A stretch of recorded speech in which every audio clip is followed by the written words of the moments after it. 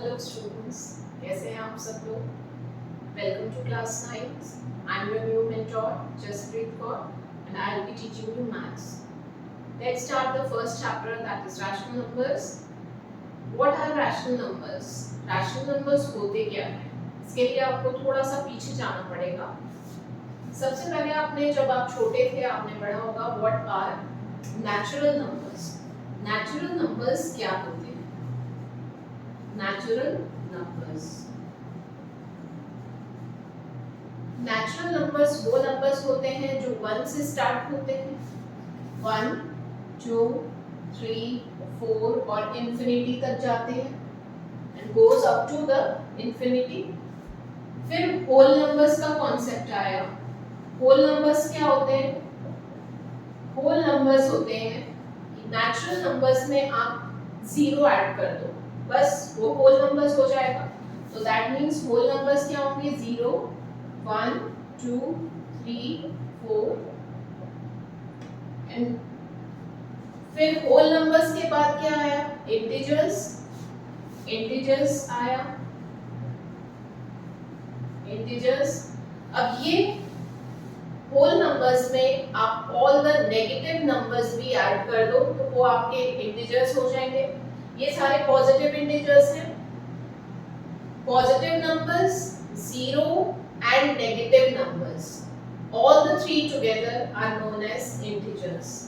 इसका मतलब negative numbers कौन से होते हैं? Negative numbers -2, -3, -4, -1, 0, 1, 2, 3, 4, 5, 6. तो ये हो गए negative numbers. 0 and all the positive numbers all are added together to form integers. integers बन जाते हैं. अब integers के बाद आता है rational numbers. अब rational numbers क्या होते हैं?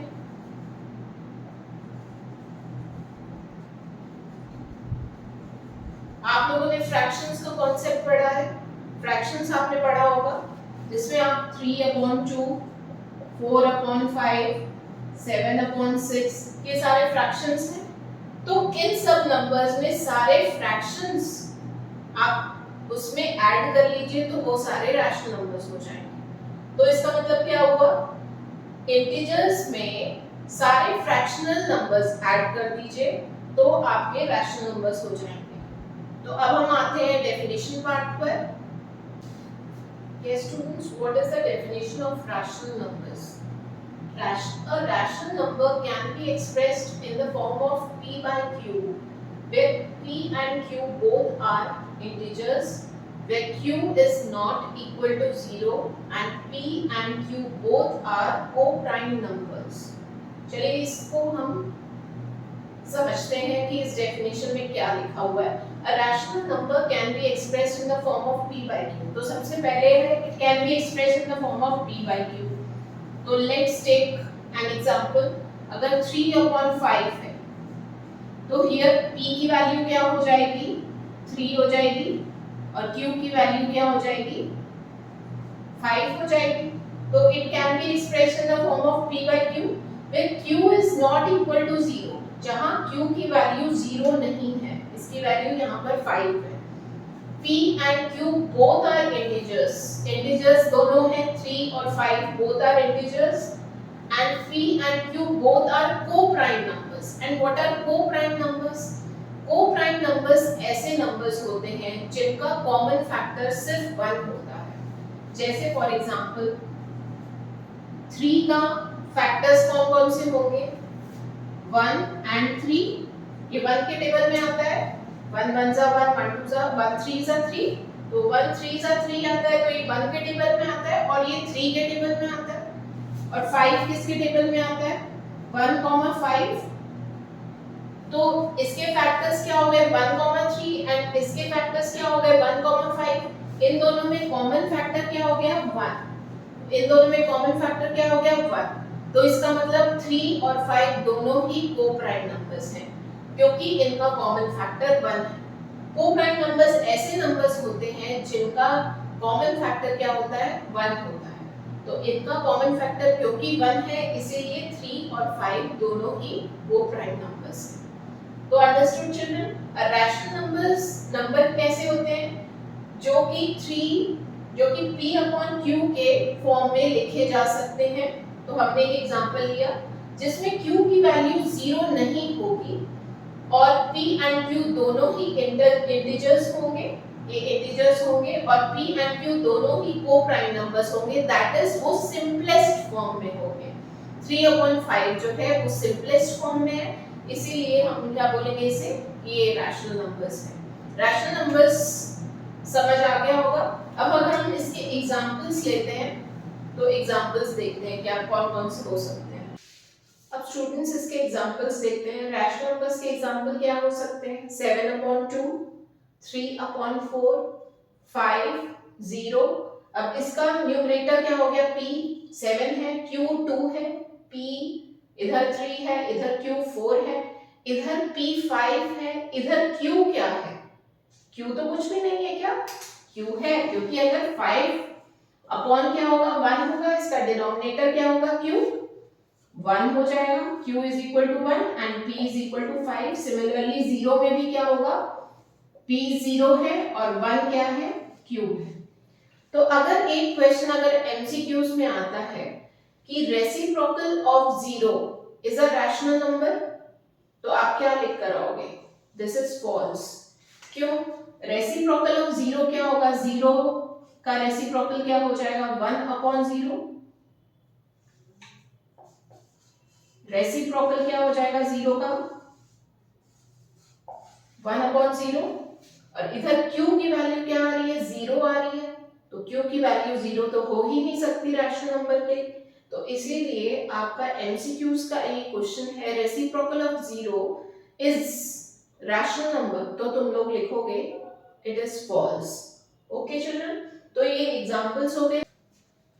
What are equivalent fractions, what are equivalent fractions, 2/3 ये फ्रैक्शन है। अब इसका इक्विवेलेंट क्या होगा, इक्विवेलेंट ये आप लोग जब छोटे थे तब आपने पढ़ा होगा। इक्विवेलेंट क्या होता है, जब हम सेम नंबर से ऊपर नीचे मल्टीप्लाई कर देते हैं। जैसे अगर सपोज मैंने ऊपर 5 से मल्टीप्लाई किया, नीचे भी 5 से मल्टीप्लाई किया, तो ये क्या आ जाएगा 10/15। तो 10/15 इज इक्विवेलेंट टू 2/3। तो 10/15 इज इक्विवेलेंट टू 2/3। तो 2/3 का इक्विवेलेंट फ्रैक्शन क्या हुआ, 10/15। किसी से भी कर लो multiply, 2/3 multiply by 2 multiply by 2, दोनों ही सेम नंबर्स होने चाहिए इक्विवेलेंट के लिए। तो ये क्या हो जाएगा 4/6। तो 4/6 इज इक्विवेलेंट टू 2/3। तो इक्विवेलेंट फ्रैक्शन समझ में आ गए होंगे, सेम नंबर से ऊपर नीचे मल्टीप्लाई करते हैं, these are known as equivalent fractions. Okay children, how to express rational numbers on the number line। Number line तो आपने पढ़ी ही होगी, किस तरीके से इसको एक्सप्रेस करना है। जैसे सपोज ये क्वेश्चन है 1/3, 2/3 एंड -4/3। तो पहले हम एक नंबर लाइन बना लेते हैं, 0